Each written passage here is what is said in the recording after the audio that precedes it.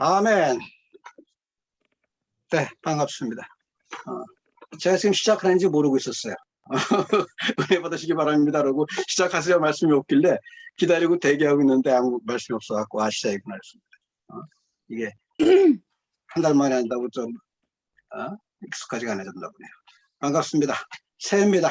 새해 그러면 의뢰껏 그리고 또 진심을 다해서 의뢰와 동시에 무조건 무엇보다도 건강하시고요. 몸, 마음 모두 건강하셔서 건강한 영육으로 하나님 찬양하고 또 매사에 감사하면서 그야말로 세상 말로 그리고 또 우리 말로 행복한 한 해 되시기 바랍니다. 특히 우리 아리케 처치 성도 여러분한테 하나님의 특별한 사랑과 은혜가 임하시기를 기도하겠습니다. 감사합니다. 아멘. 네. 오늘 말씀드릴 제목은 믿음으로 살리라 라는 제목으로 정했습니다. 이미 너무나 많이 들었던 말이죠. 아마 믿음으로 살리라 라는 말을 들어보지 못한 사람은 아무도 없을 겁니다. 기독교 신자라면 믿음 그리고 살리라. 자, 우리 간단하게 그냥 믿음으로 살리라 라고 한 문장으로 말씀드렸습니다만 이 문장을 다시 한번 도외하면 이런 뜻입니다. 믿음으로 첫째, 두 번째 살리라. 이 말은 너희가 믿음으로 말미암아 이어집니다. 너희가 지금 갇혀있는 죄의 권세, 죄의 고통, 그 두려움과 걱정, 염려 그 모든 것에서 벗어나 하나님 안에서 진정한 기쁨과 평안을 누리라. 다시 말해서 믿음으로 말미암아 너희가 구원을 얻으리라. 이 말씀입니다. 그냥 짧은 문장 믿음으로 살리라 마음에 새기고 또 새기시기 바랍니다. 이 문장은 특히나 우리에게 잘 알려져 있는 것은 루터가 바로 이 문장 하나로 우리가 지금 믿고 있는 개신교의 서막 시작을 알리게 된 구절이었습니다. 루터는 수사였죠. 사제였습니다. 사제였고 아주 나름대로 독실한 사제였습니다. 그리고 가톨릭이었던 의례대로 그 종교 행위에 정말 열심히고 또 열심히였고 가톨릭의 방식으로 믿고 또 믿으면서 하나님한테 점점 더 다가가길 아주 간절히 바랬던 그 열정의 수도사였습니다.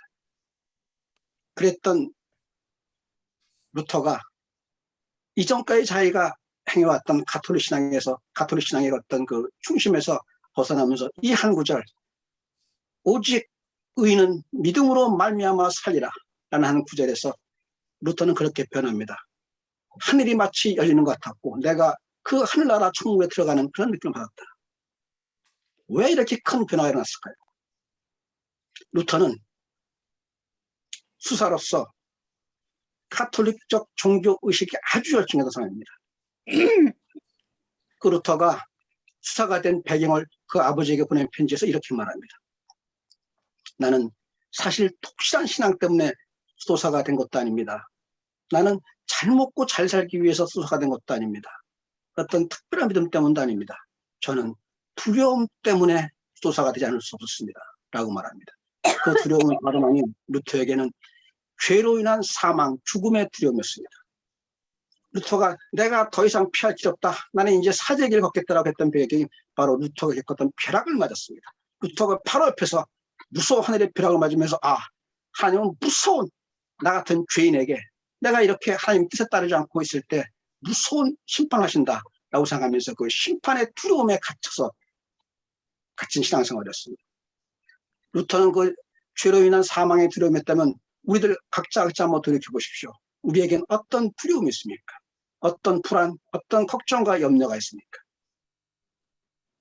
우리 모두는 완전하지 않은 인간이기에 우리 모두는 마음속에 어느 한켠의 두려움, 걱정, 염려에서 벗어나지 못하는 게 사실 우리들의 모습입니다.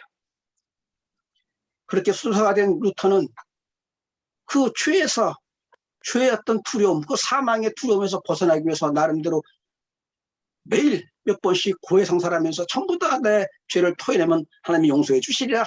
하나님이 성경에 분명히 말하지 않았느냐. 회개하고 하나님께 나아가면 용서해 준다고 했으니 내가 매일매일 고해성사하면서 그로 부족하니까 비덴베르크 성당을 무릎으로 기어 올라가면서 스스로 고행을 겪으면서 이겨내려고 했습니다. 이 고통을 통해서 내 마음에 있는 육신의 고통으로 내 마음에 있는 이 죄로 인한 이 사망의 두려움에서 벗어나겠다는 결단과 믿음으로 무릎으로 계단을 뛰어 올라가면서 고행을 겪었습니다. 그런데도 루터에게는 이 두려움이 벗어나지 않았습니다. 자기가 눈앞에서 너무나 분명하게 보았던 그 벼락, 그 두려움, 그 사망에 대한 두려움에서 벗어날 수가 없었습니다. 매일 고뇌에 빠져있던 이 루터가 바로 오직 의인은 믿음으로 말미암아 살리라 이 구절을 보게 된 곳이 바로 비덴베르크의 탑이었습니다. 비덴베르크 성당의 탑이었습니다. 그래서 이 구절을 탑의 체험이라고 말하는 겁니다. 그때 루터가 오직 의인은 믿음으로 말미암아 살리라 이 구절을 보면서 모든 게 바뀌었다고 말했습니다. 종교의식, 나의 고행, 그 다음에 어떤 종교 행위를 통해서 그리고 내가 선행을 하고 매일매일 하나님께 조금씩 다가가는 그걸 통해서 내가 구원, 믿음으로 살리라가 되는 것이 아니다. 오직 하나, 긍휼의 하나님, 자비의 하나님, 사랑의 하나님, 그 하나님을 믿음으로 말미암아 구원을 얻는다는 새로운 긍휼의 하나님, 자비의 하나님, 다시 말해서 심판의 하나님이 아니라 사랑의 하나님을 알게 된 것입니다. 오늘 이혜경 자매님께서 읽어주셨습니다. 오늘 두 구절 요한복음과 로마서를 읽어주셨는데 로마서에 대한 건 지금 방금 말씀드렸고 의인은 믿음으로 말미암아 살리라 이 말은 원래 바울의 로마서 1장 17절에 있던 이 구절은 원래 하박국 2장 4절에 있던 구절입니다. 하박국 선지자에게 하나님께서 여호와께서 말씀하신 겁니다. 하박국 선지자가 탄식했습니다. 어떻게 악인들은 형통하며 정작 의롭게 살고자 하고 당신을 믿는 우리들에겐 이렇게 고통을 받아야 합니까? 라고 할 때 하나님이 하박국에 했던 말씀입니다. 오직 의인은 믿음으로 말미암아 살리라. 구원 얻으리라. 진정 너희가 내 안에서 기쁨과 평안을 누릴 수 있다라고 말씀하신 것입니다. 그리고 오늘 또 읽어드렸던 요한복음 9절에서 가장 중요한 부분은 그것입니다. 믿는 자마다 라는 구절. 믿는 자마다 everyone, 모든 사람입니다. 차별이 있을 수 없습니다. 우리가 믿기만 하면 믿는 자 모두에게 하나님의 사랑이 우리 주 예수 그리스도의 긍휼로 말미암아 우리는 구원을 얻을 수 있다라고 단호하고 분명한 깨달음을 얻었던 것입니다. 다시 강조합니다. 믿는 자마다, 믿는 어떤 사람이 아니라 믿는 자 모두가 다 믿음으로 말미암아 구원 얻을 수 있다고 말씀하셨습니다. 이어서 믿는 자에게는 심판이 아니라 루터가 그토록 두려워했던 심판이 아니라 하나님께서 구원하기 위해서 오셨다고 말씀하십니다. 다시 한번 읽어드릴게요. 너무나 잘 알고 있는 구절입니다. 하나님이 세상을 이처럼 사랑하사 독생자를 주셨으니 이는 그를 믿는 자마다 멸망하지 않고 영생을 얻게 하십니다. 하나님이 그 아들을 세상에 보내신 것은 기억하십시오. 세상을 너희의 죄를 심판하려 하심이 아니요 멸망하지 아니하고 영생을 얻게 하려 하십니다. 하나님이 그 아들을 세상에 보내신 것은 세상을 그를 믿는 자는 심판을 받지 아니하는 것이요 믿지 아니하는 자는 하나님의 독생자의 이름을 믿지 아니함으로 벌써 심판을 받은 것입니다. 예수께서 인간의 몸으로 세상에 오신 그 이유와 목적이 바로 우리를 구원하시기 위해서입니다. 하나의 전제가 있습니다. 조건이 있습니다. 믿는 자에게는 구원이 있습니다. 믿지 아니하는 자, 예수 그리스도를 영접하지 않는 자는 이미 심판을 받았다고 말씀하십니다. 그렇습니다. 믿는 자마다 구원을 얻는다. 믿음으로 말미암아 우리가 살리라고 할 때 우리는 이제 다시 한번 새게 된다. 그렇다. 우리의 구원은 믿음에 달려있다. 내가 믿음으로 말미암아 나는 구원, 영원한 생명의 구원, 그 다음에 지금 내가 갇혀 있는 죄의 권세, 두려움, 걱정, 염려 이 모든 것에서 벗어나 진정한 구원을 얻을 수 있다는 분명한 우린 믿음이 있어야 합니다. 그렇다면 여태까지 줄곧 해왔듯이 오늘 다시 한번 저와 그리고 우리 아르케 처치 성도 여러분들에게 질문하면서 이 믿음에 대해서 다시 한번 분명히 깨닫고 정의해 나가겠습니다. 믿음이란 무엇입니까? 그렇습니다. 믿는 자마다 모두가 다 구원을 얻을 수 있습니다. 믿는 자에겐 심판이 있는 것이 아니요 구원이 있다고 말씀하십니다. 믿음으로 말미암아 우리 하나님 안에서 하나님의 그 사랑과 은혜 안에서 진정한 기쁨과 마음의 평안을 누릴 수 있다고 말씀하십니다. 그런데 믿음이 무엇입니까? 믿음이라고 말할 때 우리가 가장 먼저 첫 마디가 원래 가장 중요한 기억에 남습니다. 그래서 첫 마디라고 말씀드립니다. 지금까지 기존에 해왔던 믿음의 정의에 대해서 버리십시오. 믿음이란 무엇인가라고 할 때 믿음은 흔히들 예수 그리스도께서 세상에 오시고 그가 십자가에 죽으시며 부활하셨다. 이 복음에 대한 지적인 정신적인 동의, 인정이다. 이것이 믿음이라고 말합니다. 그렇습니다. 맞는 정의입니다. 그러나 그 정의는 사전적인 정의, 이성적인 정의입니다. 줄곧 말씀드렸던 것처럼 믿음에 대한 성경적 정의는 그렇게 지적 동의와 어떤 정신적 행위, 지적 행위와 구별하지 않습니다. 믿음과 행함을 구분하는 이분법적 사고 자체가 기독교 신앙을 굉장히 훼손시키고 있습니다. 성경에서 말하는 믿음은, 우리 그리스도 신앙에서 말하는 믿음은, 믿음과 행함은 본디 하나입니다. 정신적 행위, 육체적 따름 구분된 것이 아닙니다. 그 단어 한 자체가 이미 포함하고 있습니다. 믿음이라고 말할 때 믿음은 이런 것, 그 다음에 믿음에 대한 어떤 응답으로서 행함이 있는 것이 아니라 믿음 그 자체에 포함이 있는 겁니다. 마치 동전의 앞뒤처럼 겉과 속처럼 하나에 담겨져 있습니다. 다시 강조합니다. 믿음에 대해서 말할 때 우리는 지금까지 사전적 정의, 이성적 정의에 머물지 말고 뛰어넘어야 됩니다. 믿음이라고 말할 때 우리는 성경적으로 말하는 믿음이 무엇인가? 그 다음에 이 믿음이 말하는 초월적인 정의를 생각해야 됩니다. 왜냐하면 기독교 신앙은, 우리 신앙은 그 바탕이 기본이 신비일 수밖에 없기 때문입니다. 무엇이 신비입니까? 우리가 영원한 생명을 누린다는 것이 신비 아닙니까? 우리가 이 죄의 사슬에서 벗어나 구원을 얻는다는 게 신비 아닙니까? 예수 그리스도께서, 하나님의 아들이신 예수 그리스도께서 오셔서 우리를 구원하신다는 것, 이것이 신비 아닙니까? 이 신비를 해석할 수 있는 건 바로 성경적 정의, 초월적 정의, 그 다음에 영적 정의를 통해서 우리가 이해해야 됩니다. 강조합니다. 믿음을 말할 때 우리는 더 이상 믿음과 행함을 분리해서 이 복을 나누는 어리석음에서 벗어나십시오.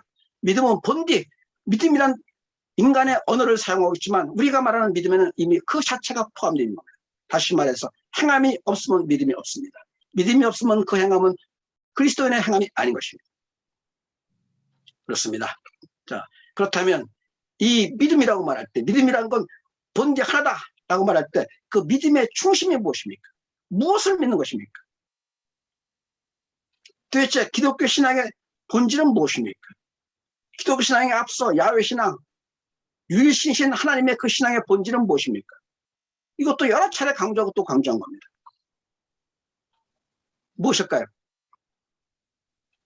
그 믿음의 본질에 대해서 많은 말들이 있습니다. 우리 한번 기억해 볼까요? 재미있을 수 있습니다. 우리가 알고 있던 거에서. 자, 우리 출애굽의 영웅이 누구죠? 모세 아닙니까? 출애굽의 영웅. 아무도 대답 안 하세요. 모세잖아요. 화면에 네 분 얼굴은 보이거든요. 네, 대답하세요. 모세 아닙니까? 출애굽의 영웅, 그럼 모세잖아요.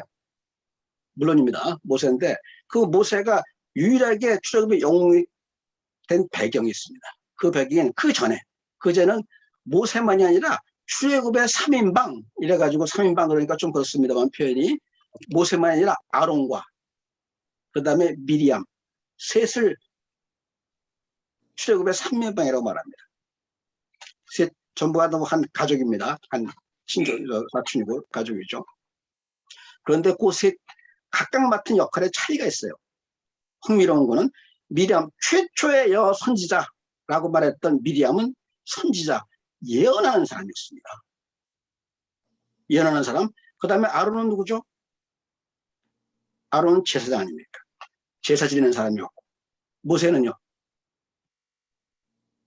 율법 아닙니까? 야훼 신앙에서의 기본은 예언을 뛰어넘어 제사를 뛰어넘어 하나님께서 미리암과 아론이 모세에게 맞섰을 때 하나님 말씀하십니다. 모세만한 선지자가 없느니라 라고 말씀하실 때 모세의 우월성, 우위를 내세운 것이고 그 중심은 바로 말씀입니다. 말씀을 아무리 강조해도 지나치지 않습니까? 예수가 누구입니까?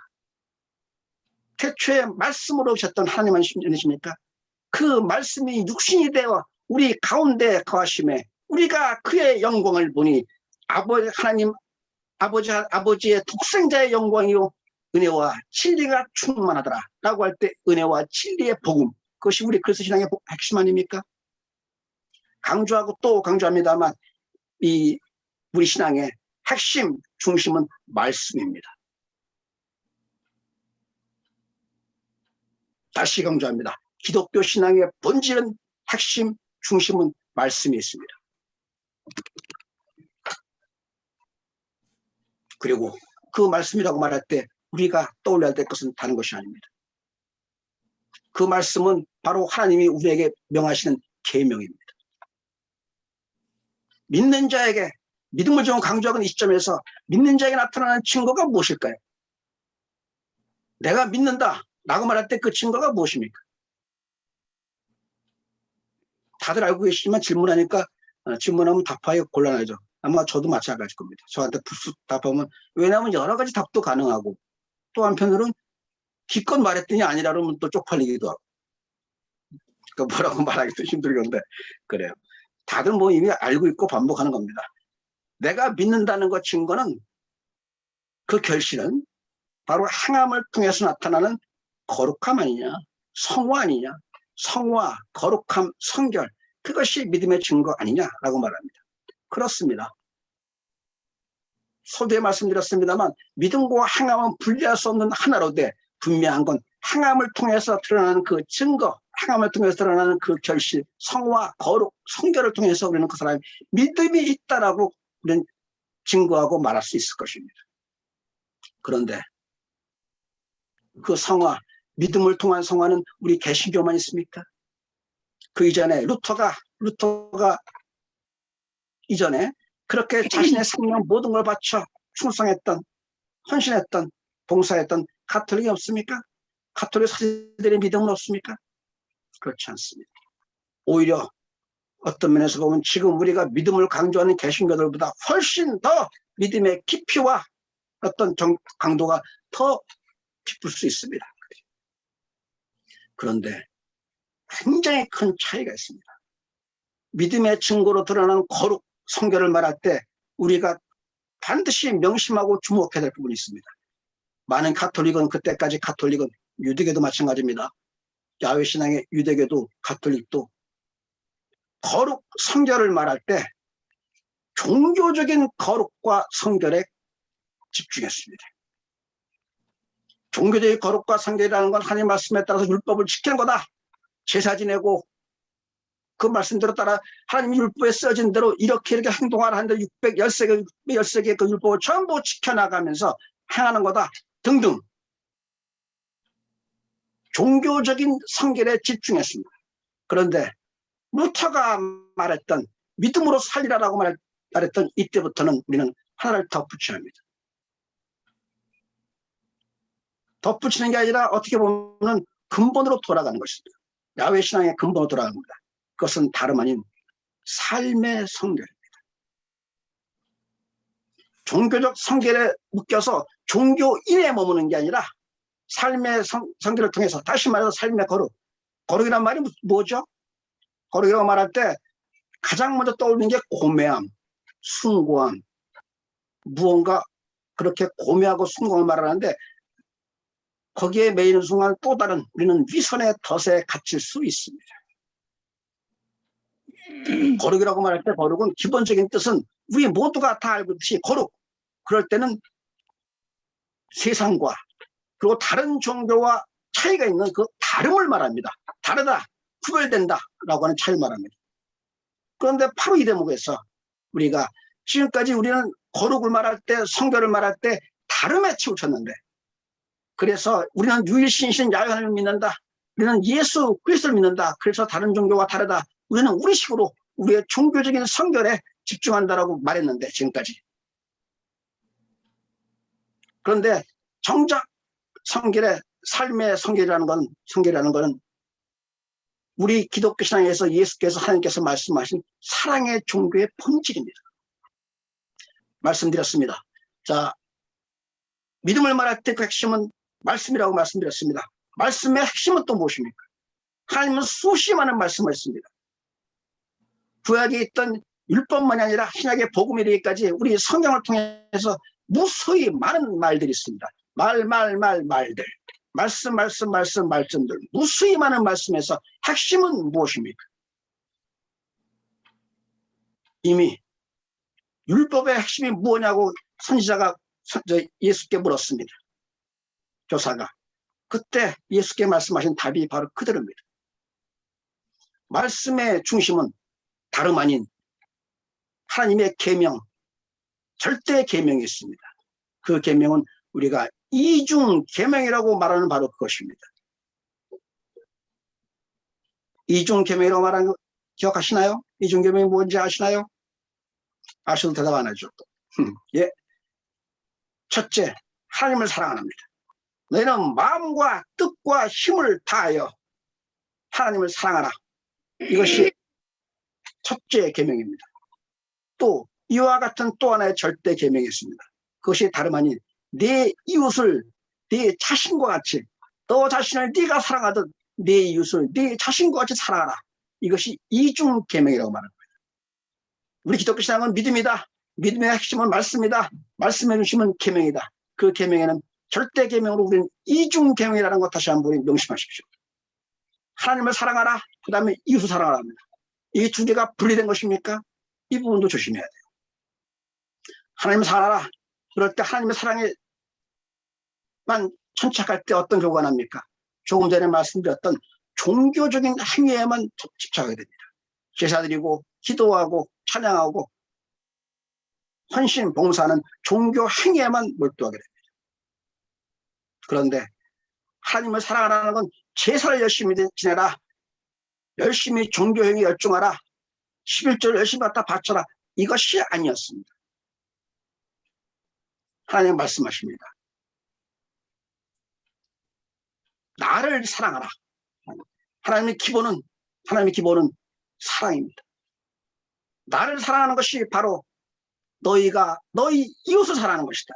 하나님의 사랑의 방법, 사랑의 표현은 종교 행위에 매달리는 것이 아니라 바로 이웃에 대한 사랑, 특히 사랑할 수 없는 자까지도 사랑하는 그 사랑으로 표현될 때, 공동체의 사랑으로, 그 다음에 가난한 자의 사랑으로, 그리고 버림받은 자에 대한 사랑으로, 그에 대한 관심과 배려로 나아간 그것이 진정한 하나님의 사랑을 실천하는 겁니다.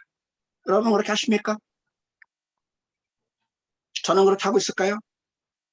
저는 사랑할 만한 사람을 사랑하는 건 참 잘합니다. 왜냐하면 어렵지가 않잖아요. 사랑하고 싶은데 마음에서 원하니까 편하게 사랑하게 됩니다. 근데 정작 사랑하기 힘든 자, 때로는 사랑할 수 없는 자, 때로는 사랑하기 힘든 자, 때로는 무시하고 천대받는 그 자까지 사랑하는가라고 할 때 그들에게 동정은 있었는지 몰라도 그도 똑같은 하나님의 자녀다라고 내 마음으로 깊이 느끼는 그 사랑이 있었는가 돌이켜보면 자신 없습니다. 저 자신이 지금 갖고 있는 가장 요즘, 그리고 앞으로도 장기간 시간이 되겠습니다만 저하고의 다툼이 바로 이 문제입니다. 내가 정말 내 형제, 내 이웃을 사랑할 수 있는가? 내가 사랑할 수 있다면 나는 하나님의 부르심을 받은 혹은 하나님을 따라가는 사역자 길을 갈 수 있을 것이요, 내게 진정 세상이 지극히 작은 자, 그들을 무시하고 멸시하는 게 아니라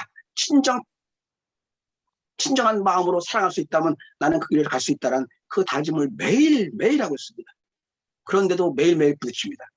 아침에 눈뜨고 일어나서 기도하면서 주님 오늘 내가 이 길을 걷겠습니다라고 한 다음에 밤에 자기 전에 무릎 꿇고 다시 기도할 때는 매일 돌이켜 반성하고 뉘우치고 또 실패한 하루였구나 반복하게 됩니다. 매일 반복이 일상이 돼버린 제 입에서 저로서는 부끄럽게 이럴 데 없습니다만 그래도 단호하고 분명하게 말씀드립니다. 우리가 세상을 떠나기 전, 우리가 하나님의 마지막 심판을 받기 전, 그때 우리가 확실한 구원에 이르는 길은 다른 거 아닙니다. 하나님을 사랑하는 것입니다. 하나님의 사랑은 다름이 아닙니다. 내 이웃을, 그 중에서도 특히나 지극히 작은 자를 사랑할 수 있는 내 마음이 열렸을 때, 예수께서 말씀하신 것 그대로 굶주린 자, 헐벗은 자, 병든 자, 아우개 갇힌 자, 허물과 그 비천함이 가득한 그 자들까지도 하나님의 자녀다. 내가 저자를 사랑하는 것, 저자에게 내 마음이 열려있는 것, 저 소중한 생명이라고 느낄 수 있는 그 마음이 있을 때 우리는 진정 하나님을 사랑하는 자가 될 것입니다. 마무리하겠습니다. 우리 신앙은 기독교 신앙은, 야훼 신앙은 믿음의 신앙입니다. 믿음의 종교입니다. 그 믿음의 핵심은 말씀이요. 그 말씀이 육신이 돼서 우리에게 오신 게 예수 그리스도입니다. 그 예수 그리스도를 온전히 믿는 건 예수께서 말씀하신 그 계명을 지키는 겁니다. 예수께서 말씀하셨습니다. 이중계명, 하나님을 사랑하라, 이웃을 사랑하라. 그리고 말씀하십니다. 하나님을 사랑하는 그 표현은, 하나님을 사랑하는 그 증거는 겉으로 드러나는 거룩함, 숭고함, 고매함, 그렇게 척하는 게 아닙니다. 내 마음속 깊은 곳에서 솟구쳐 나오는 사랑입니다. 이웃에 대한 배려입니다. 비록 제 경우를 든다면 매일매일 지고 있고 실패하고 있지만 반드시 그 길을 가야 한다는 분명한 믿음은 있습니다. 우리 아르케 처치 성도 여러분 모두가 진정한 사랑을 통해서 믿음으로 말미암아 살리라, 믿음으로 영원한 생명에 구원하는, 그리고 할렐루야 주님을 찬양하는, 주님을 찬양하는 은혜의 성도, 은혜의 자녀 되시기 바랍니다. 마치겠습니다. 할렐루야 주님.